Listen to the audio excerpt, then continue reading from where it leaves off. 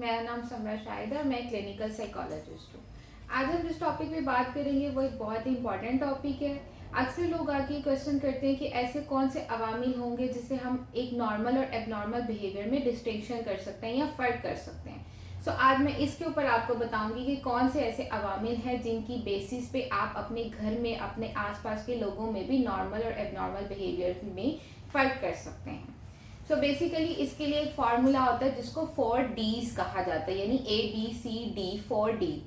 इसके accordingly first D होगा डीवियंस, यानी डीवियंस का मतलब है कि ऐसा बिहेवियर जो आप खुद देख सकें कि वो नॉर्मल बिहेवियर से किस हद तक डेविएट कर रहा है, यानी उस लेवल से नीचे है या बहुत ज़्यादा हटके है।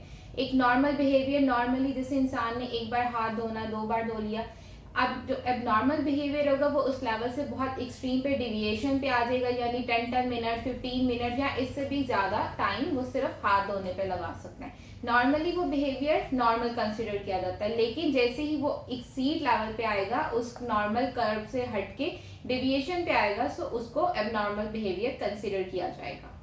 सेकेंड डी जिसको हम कहते हैं डिसफंक्शन, यानी वो बिहेवियर किस हद तक डिसफंक्शन है, उसके फंक्शनिंग में खराबी है, आपका जो बिहेवियर होगा उस पर्सन का वो किस हद तक खराब महसूस हो रहा है, जो कि नॉर्मल बिहेवियर से हट के होगा। थर्ड जो डी है उसको डिस्ट्रेस कंसिडर किया जाता है, और ये डिस्ट्रेस बहुत इंपॉर्टेंट एक फैक्टर है जिसकी बेस पे हम एबनॉर्मल और नॉर्मल बिहेवियर में फ़र्क कर सकते हैं।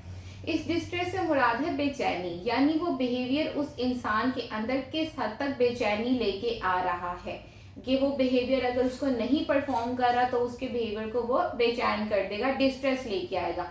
और ये डिस्ट्रेस उसकी लाइफ के डिफरेंट फंक्शनिंग को अफेक्ट करती है। सबसे पहले उसकी एजुकेशनल लाइफ को, यानी उसकी पढ़ाई, अगर कोई एजुकेशन पर्सन है तो उसकी पढ़ाई को अफेक्ट करेगा।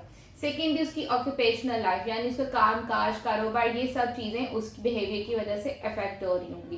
थर्डली उसकी फैमिली लाइफ, यानी जो उसका सोशल सर्कल होगा, फैमिली लाइफ होगी, एनवायरनमेंट में आसपास के लोग होंगे, वो सब उससे डिस्टर्ब हो रहे होंगे और इस डिस्टर्बेंस को महसूस कर रहे होंगे। और आखिर में उसकी अपनी जिंदगी, यानी उसकी पर्सनल लाइफ उस बिहेवियर से बहुत हद तक डिस्ट्रेस में, बेचैनी में आई होगी और डिस्टर्बेंस हुई होगी।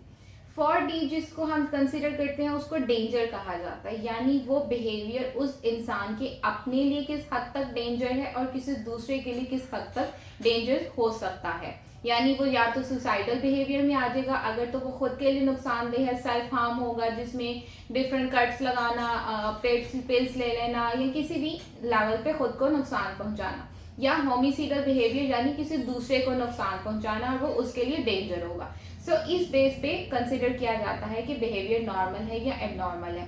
आखिर में हम एक और बिहेवियर, एक और डी को ऐड कर लेते हैं जिसको कहा जाता है ड्यूरेशन, यानी एक नॉर्मल या एबनॉर्मल बिहेवियर जो एक हद से मुद्दत से ज़्यादा होता जा रहा है, 1 महीने से ज़्यादा हो गया नॉर्मली, तो उस बिहेवियर को हम कंसिडर करते हैं कि ये आप एबनॉर्मेलिटी के लेवल पे आ रहे हैं।